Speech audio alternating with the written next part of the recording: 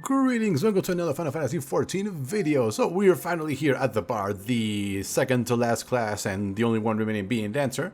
And the one way to describe the bard is that it is the complete opposite of the Machinist. The Machinist is completely linear. You know exactly what you are doing, what you are getting, and when you're going to be able to do your burst phase. And the bard is the complete opposite in that it is completely random, relies on RNG, and because of that, your actual damage output is not under your control. So let us explore that, shall we? So, as always, first let's take a look at what we get from Stormblood over to here. So first, let's see, we get Shadowbite. This is a new AoE that shares a cooldown with Shadowbinder. It hits pretty hard if you hit your main target, and it is affected by both of your dots, being Stormbite and Caustic Bite. So this is enforcing the idea that even on AoE pulls, you should always put your 2 damage over time effects on your main target on the chunkier one, and then start doing your AoE. Then at 76 we get Burst Shot. This just upgrades our very old Heavy Shot into it. It just deals more damage and has a 35% chance of triggering Straight Shot, which is nice. And then at level 80 we have Apex Arrow. So this is the brand new ability we get. So as you can see, there is a potency of 122 enemies in a straight line before you. It causes a Soul Gauge, which is this down here. You only get it until level 80, which kind of sucks. But potency increases up to 600 as Soul Gauge exceeds minimum cost. So let's see, let's do some quick maths here. Let's get out a calculator and see how much it actually gains. So that means we have 120, let's see, up to 600. So 600 minus 120 gives us 480, and we divide that by the remaining 80. So it gains an extra 6 potency for every point of the soul that you gain, and you gain 5 every time your repertoire from your songs proc, so it's going to take you quite a bit to get up to the maximum Soul Gauge there. Now let's take a look at the traits. Let's see, we have Enhanced Quick Knock, which gives it a chance to reset the cooldown on Bloodletter Rain of Death. This is very nice. It increases our area capabilities very nicely. Then Bite Mastery at 76 adds Stormbite and Caustic Bite and Iron Jaws, a 30% chance to trigger Straight Shot ready. Very nice. Then Heavy Shot Mastery, we already went over this one. Now this one here, that huge wall of textures here right there, can be summed up in this way. So before, Army's Peon really didn't do much other than slightly reduce our cooldowns by up to 12% by the repertoire effect. But thanks to this passive right here, after we leave Army's Peon, so if we are currently Army's Peon and we trigger any of the other 2 songs, we are going to get the Army's Peon current buff for 10 seconds. If we let Army's Peon burn away by itself, we get a 30-second buff that triggers whenever we cast the other 2 songs. That gives us the exact same buff for 10 seconds. That is exactly what it is. That means that after you use Army's Peon, the next song you trigger will give you the buff from Army's Peon for an extra 10 seconds. That's literally all it does. And lastly, Soul Voice, this gives us the Soul Bar and gives us our Soul Arrow. Well, Apex Arrow. So that is literally it. So what are we supposed to do here as Bard? Well, the Bard actually does not have a single weapon skill combo, which was very odd when I got back into it. So what is our job? Well, on single target, you will need to keep your Caustic Bite and your Stormbite on the target at all times. At level 56, you get Iron Jaws, which lets you refresh it instantly to maximum duration. You want to make sure these are on your main target at all times. Then once those are on your main target, you trigger any other voices you essentially want, honestly. I usually go Mage's Ballad into Army's Peon into the Wanderer's Minuet. Now, let's take a look at the differences here. So, the Mage's Ballad, in my personal experience, is actually the one that can deal the most damage in the entire rotation. But that is entirely based on the proc chance of resetting resetting the cooldown timer on Bloodletter, which only hits for 150, but it can proc constantly if you're lucky enough, which kind of sucks, but it does an RNG. Then Army's Peon, yeah, it's really not much. It just gives you some haste, and it's the second choice when doing AoE damage. And the last thing, Wanderer's Minuet, we don't get to this to level 52, but that allows it to use Pitch Perfect, and Pitch Perfect can hit for up to 450 with 3 stacks. Now, I've had very good luck and very bad luck with this ability in that I've gone an entire Wanderer's Minuet rotation with only 2 stacks of Pitch Perfect, and that is what I mean by RNG. I've also had an entire I've also managed to cast Pitch Perfect around 6 or 7 times in the entire duration of Wanderer's Minuet. So this is what I mean by the fact that we do not control our DPS in the slightest. It is actually entirely based on RNG. And that's one of the reasons why it kind of sucks, but honestly. Although if we do get lucky, we can do tremendous amounts of damage, especially in AoE with the constant resetting of Rain of Death. So, let's put this into practice, shall we? As always, yep, here's our favorite current target dummy. So, what we like to start it is start from Storebite, trigger Mage's Ballad into the Bloodletter and into the Caustic Bite, and then literally use these on cooldown. Imperial Arrow and Sidewinder, use them on cooldown. If this is ready, this will trigger Refoliant Arrow, well, straight shot ready, which hits decently and it'll make it hit 3 times, and then just spam this in between. Now, because we're going to trigger Mage's Ballad and it's the one I think is capable of dealing the most damage to a single target, we're also going to trigger Radiant Strikes and Battle Voice. So let's put that into practice, shall we? On that, into there, trigger that, put Caustic Arrow there. There's the first reset. Battle Voice, there we go. Still no procs, as you can see, it kind of sucks. There it is. There's another one, very nice. Another one, very nice. Now, in my personal experience, this one has the most highest chance to proc for some odd reason. The others are kind of iffy, or at least the final one. And I lost... Where is... Hold on, where is my target? I completely lost my targeting window. Give me a second here. Okay, I fixed it. So, back again. Let's do this one more time. So, trigger Stormbite into that. There we go. Trigger this. Spam our abilities on cooldown. There we go. So, the reason this is important is because you need to keep track of the duration of that so you can trigger it with your Iron Jaws ability to refresh it. Now, its duration is shorter than the songs you are singing. So, my personal recommendation is to recast it whenever it's got 10 seconds or less on it. Now, as you can see, we are almost very slowly filling up our guts. Okay, we got 4 seconds. Let's trigger Iron Jaws. There we go. There's the second song. And let's use this one, Apex Arrow. Whoa. Pretty funky looking arrow. Not too bad, honestly. And then we are basically still just spamming whatever comes off cooldown and hoping that things proc, if we're perfectly honest here. Let's refresh that. 4, 3, 2, trigger the next song.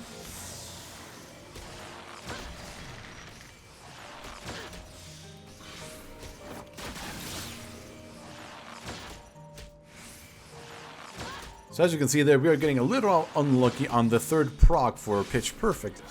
And that's exactly what I was talking about, where it is completely random what you can get.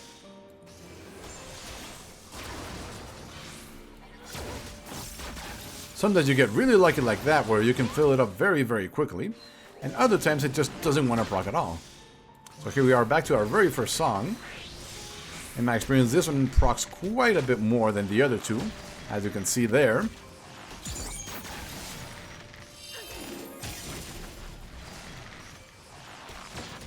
Okay, and Iron Jaws, there it goes. Okay, prioritize that.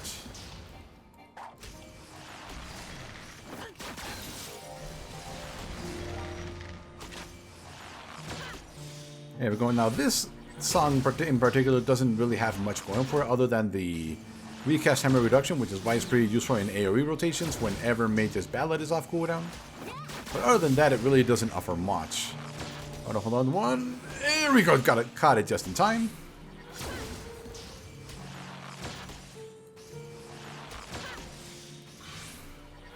And switch to the next song. Okay, we got very lucky with that one this time around.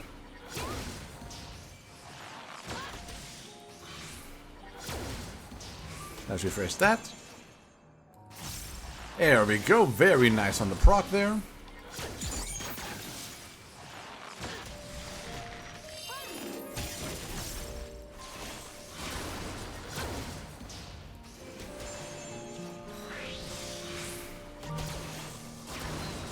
And that is pretty much how the bard rotation, if you can even call it that, goes.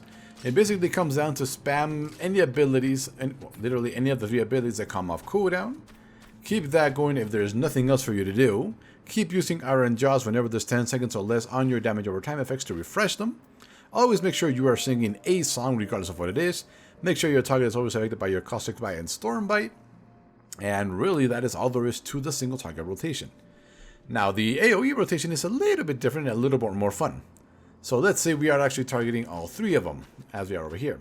So the main way we are going to be dealing damage is with Quick Knock. And then, thanks to some of the passes that we get in Shadowbringers, as you can see, Quick Knock has a chance to reset the Rain of Death cooldown. But if we stack this along with the reset ability of Mage's Ballet's repertoire, we can really spam Rain of Death quite significantly if we get lucky. Now, if we are currently, like right now, we can't use Mage's Ballet, then the next best one is Army's Peon, whatever it's called, because it'll let us recast these a lot quicker.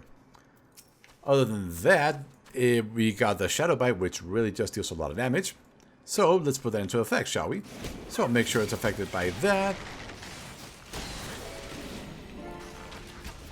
There it goes, into Shadow Bite. There goes another reset. As you can see, combining both the reset effect from Quick Knock and the reset effect from Mage's Ballet's repertoire effect allows us to very nicely spam quite a bit of AoE in certain scenarios, if we're lucky enough.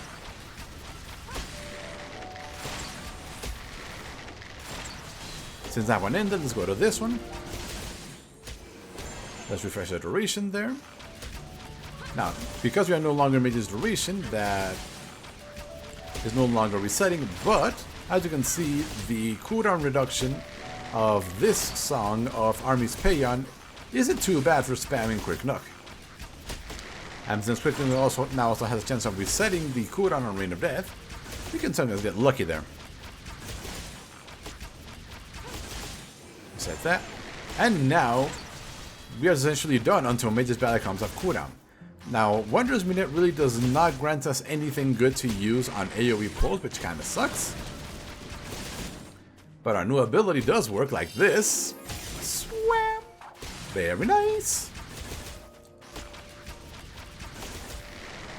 And that is really all there is to the Bard. As you can see, the Bard is quite literally a game of whack-a-mole, using any of the 3 main abilities that come off cooldown, making sure you use anything that is triggered by your repertoire effects here to stack up either the resets on Bloodletter, the quickness effect on Army's Peon, or the Pitch Perfect effect of Wondrous Minuet. Once this entire thing fills up, which we've seen takes quite a significant amount of time, we now have Apex Arrow to launch, which is very nice. And other than that, one of the main reasons we are valuable in a group is because our songs also grant the party, if I'm not mistaken, a small buff. Yeah, as you can see there. So Mage's Ballet grants every ally within 30 yards 1%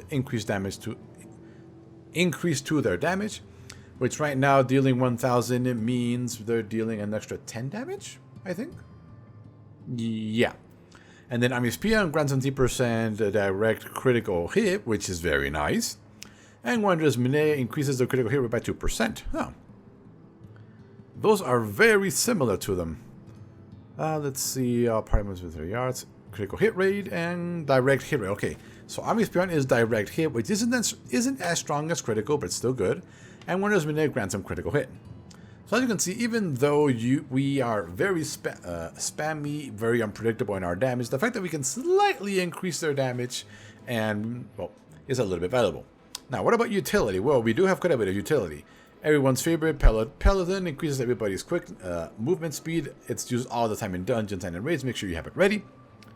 Then, now, Nature's Mine or Mine. Now, this is something you want to cast on the main tank during the AoE pulls. Whenever the tank pulls 3 or more, which is usually always, I always cast it on him once he stops moving, so the healer can actually help get him back up. Other than that, we also have Troubadour. This is exactly the same one as Tactician or the Dancer Shield Mamba. Everybody takes 10% reduced damage. So uses whenever a big AoE is coming. We all know those.